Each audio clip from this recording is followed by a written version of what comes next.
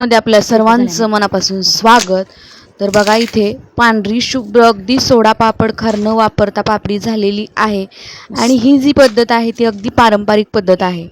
उपवासाची पापडी बघा इथं चौपट फुललेली आहे. एका पापडीचा आकार दाखवते आणि तळलेल्या पापडीचा आकार दाखवते. तर हीच रेसिपी मी आज तुमच्यासाठी घेऊन आलेली आहे, त्यामुळे व्हिडिओ स्किप करू नका, व्हिडिओ शेवटपर्यंत नक्की बघा. चला लगेच रेसिपी बनवायला सुरुवात करणार आहोत. यामध्ये काही टिप आणि ट्रिक सांगितलेल्या आहेत, त्या जर फॉलो केल्यात ना तुमच्या पापड्या अजिबात चुकणार नाहीत. तर चला लगेच रेसिपी बनवायला सुरुवात करूया. तर इथे आपण एक वाटी भगर घेतलेली आहे.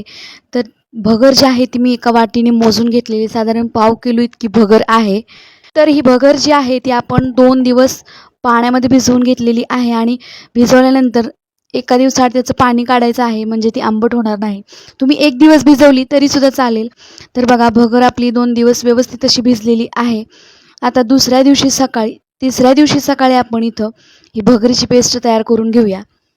तर बघा ही भगर जी आहे ते आपण मिक्सरमधून बारीक करून घेणार आहोत. ज्या पद्धतीने आपण डोशासाठी बॅटर बारीक करून घेतो ना, त्याच पद्धतीने इथं आपण भगर जे आहे ते भगरीचा चीक तयार करून घेणार आहोत. तर आता भगर मिक्सरच्या भांड्यामध्ये घातलेली आहे. थोडंसं पाणी घालून याला मस्त अशी याची पेस्ट तयार करून घेऊया. तर बघा मस्त अशी इथं भगरीची पेस्ट तयार झालेली आहे. जर तुम्हाला ही पेस्ट थोडीशी जाडसर झाली असं जर वाटत असेल तर सोजीच्या चाळणीने हिला गाळून घ्या. तुम्ही गाळून घेतली तरीसुद्धा चालेल. तर बघा ही पेस्ट जी आहे ते एका भांड्यामध्ये काढून घेऊया आणि बाकीची भगरसुद्धा या पद्धतीने आपण व्यवस्थित अशी वाटून घेऊया. एवढ्या वेळापर्यंत तुम्ही व्हिडिओ पाहता म्हणजे तुम्हाला व्हिडिओ नक्कीच आवडला. व्हिडिओ आवडला असेल तर व्हिडिओला लाईक जरूर करा आणि हाईपसुद्धा करायला विसरू नका. आणि हो, हा व्हिडिओ तुम्ही कोणत्या शहरातून पाहताय मला नक्की कमेंट करून सांगा.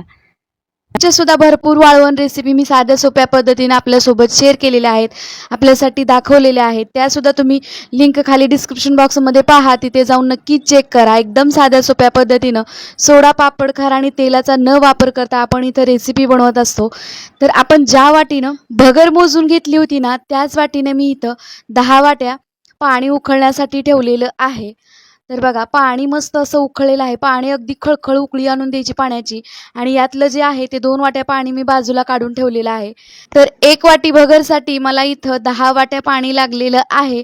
तर पाण्याचं प्रमाण थोडंसं कमी जास्त होऊ शकतं. तर मी इथं 10 वाट्या पाणी ठेवलं होतं, त्यातलं 2 वाट्या पाणी काढून घेतलं. तर बघा हळूहळू इथं पाणी उकळल्यानंतर भगरीची जी आपण तयार करून घेतलेली पेस्ट आहे ती पेस्ट आपण पातेल्यामध्ये ओतली आणि व्यवस्थित असं हे पीठ हाटून घ्यायचं आहे. बघा भगर जे आहे दिसताना जरी बारीक दिसत असेल तर त्याला त्या पापड्या बनवत असताना पाणी मात्र भरपूर लागतं. तर बघा किलोच्या किंवा अर्धा किलोच्या जरी प्रमाणात तुम्ही पापड्या बनवत असाल तरीसुद्धा भगर जी आहे ती एका भांड्याने मोजूनच घ्यायची आहे. ही खूप महत्त्वाची टीप आहे, नक्कीच लक्षात ठेवा. तर बघा सगळी बारीक करून घेतलेली भगर आपण पातेल्यामध्ये ओतली. तर 5 मिनटं हे पीठ जे आहे ते व्यवस्थित असं हाटून घ्यायचं. एक 5 मिनटं याला व्यवस्थित असं हाटून घ्यायचं, कारण यामध्ये गाठी होणार नाहीत याची काळजी घ्यायची. अगदी उकळत्या पाण्यामध्ये हे पीठ जे आहे ते आपण ओतून व्यवस्थित असं हाटून घ्यायचं आहे. उकळत्या पाण्यामध्येच व्यवस्थित असं हे पीठ हाटून घ्यायचं आहे. बघा तर सगळं पीठ मी उकळलेल्या पाण्यामध्ये ओतलेलं आहे. व्यवस्थित असं हे पीठ 5 मिनिट व्यवस्थित हाटून घेऊया, कारण याच्या गाठी होणार नाहीत याची काळजी आपल्याला घ्यावीच लागेल. तर बघा मस्त असं पिठाला बघा अगदी सुरुवातीपासून बघताय तर तुम्ही आता जसं जसं पीठ शिजेल ना तसं तसं या पिठाला व्यवस्थित असा घट्टपणा येऊ लागतो. बघा तर या स्टेजला मी जे पाणी काढून ठेवलं होतं ना त्यातलं थोडंसं पाणी यामध्ये घालणार आहे, कारण मला पीठ जे आहे ते थोडंसं घट्ट वाटतं.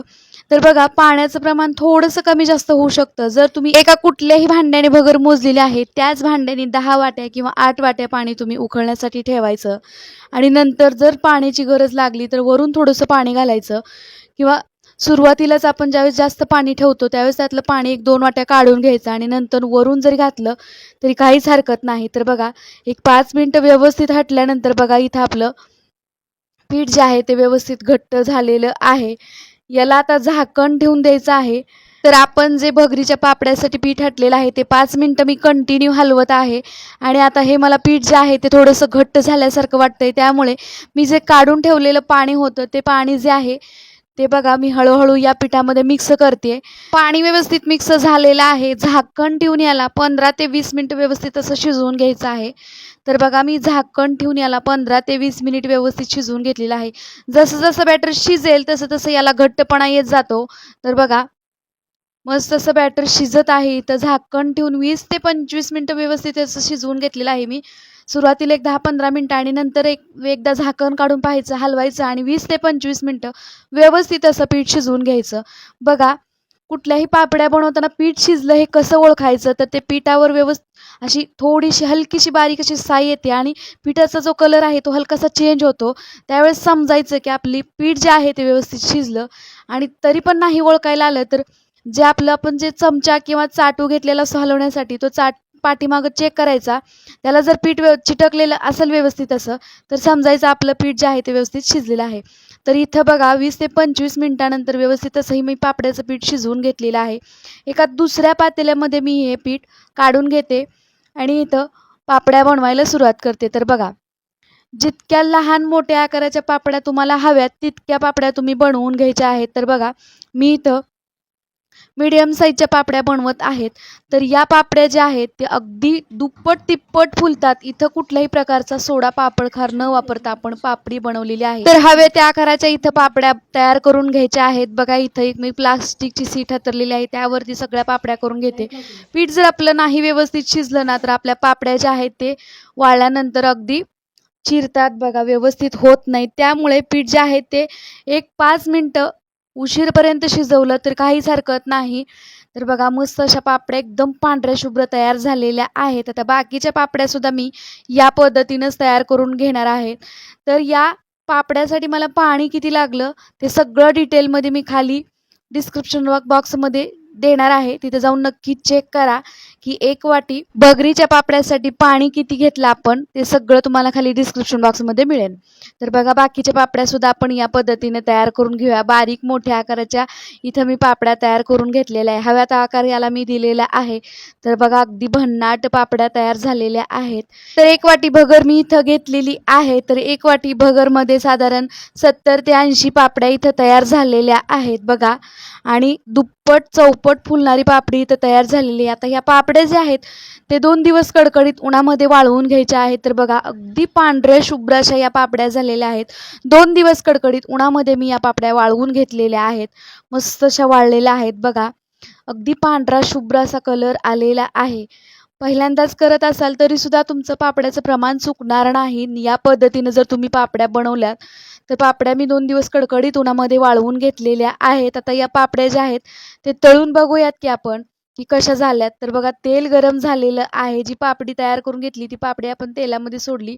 तर बघा अगदी तिप्पट चौपट फुलणारी पापडी इथं तयार झालेली आहे आणि अगदी पांढरी शुभ्र अशी पापडी इथं तळून झालेली आहे. तर बघा इथं बाकीच्या सुद्धा पापड्या आपण या पद्धतीनं तळून घेऊया. तर बघा पापडीचा आकार दाखवते तुम्हाला. वाळलेल्या पापडीपेक्षा तळलेली पापडी पहा तुम्ही तिप्पट चौपट फुललेली आहे. एकदम पारंपरिक पद्धतीनं मी इथं तुम्हाला भगरीच्या पापड्या कशा बनवायच्या सांगितलेल्या आहे. जर तुमच्या भगरीच्या पापड्या तुटत असतील, चिरा जात असतील तर त्यासाठी एक छोटीशी टिप्स.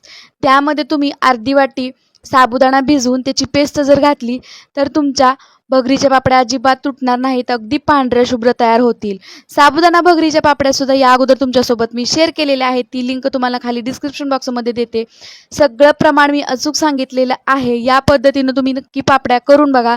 पहिल्यांदा जरी पापड्या तुम्ही करत असाल तर तुमचं प्रमाण हे अजिबात चुकणार नाही. अगदी योग्य प्रमाणामध्ये मी इथं परफेक्ट प्रमाणात कशा पापड्या बनवायच्या सांगितलेलं आहे. रेसिपी माझी कशी वाटली कमेंट करून नक्की सांगा. चॅनेलवर नवीन आहात तर रेसिपीला लाईक शेअर आणि चॅनेलला सबस्क्राईब करा. आणि हो या पापड्याची रेसिपी तुम्ही नक्की ट्राय करा. कशी वाटली रेसिपी कमेंट करून सांगा. फेसबुक पेजला सुद्धा फॉलो करायला विसरू नका. चला पुन्हा भेटूया अशाच एका पारंपरिक वाळवण रेसिपी सोबत. तोपर्यंत मस्त खा आणि मजेत राहा. व्हिडिओ पाहिल्याबद्दल धन्यवाद.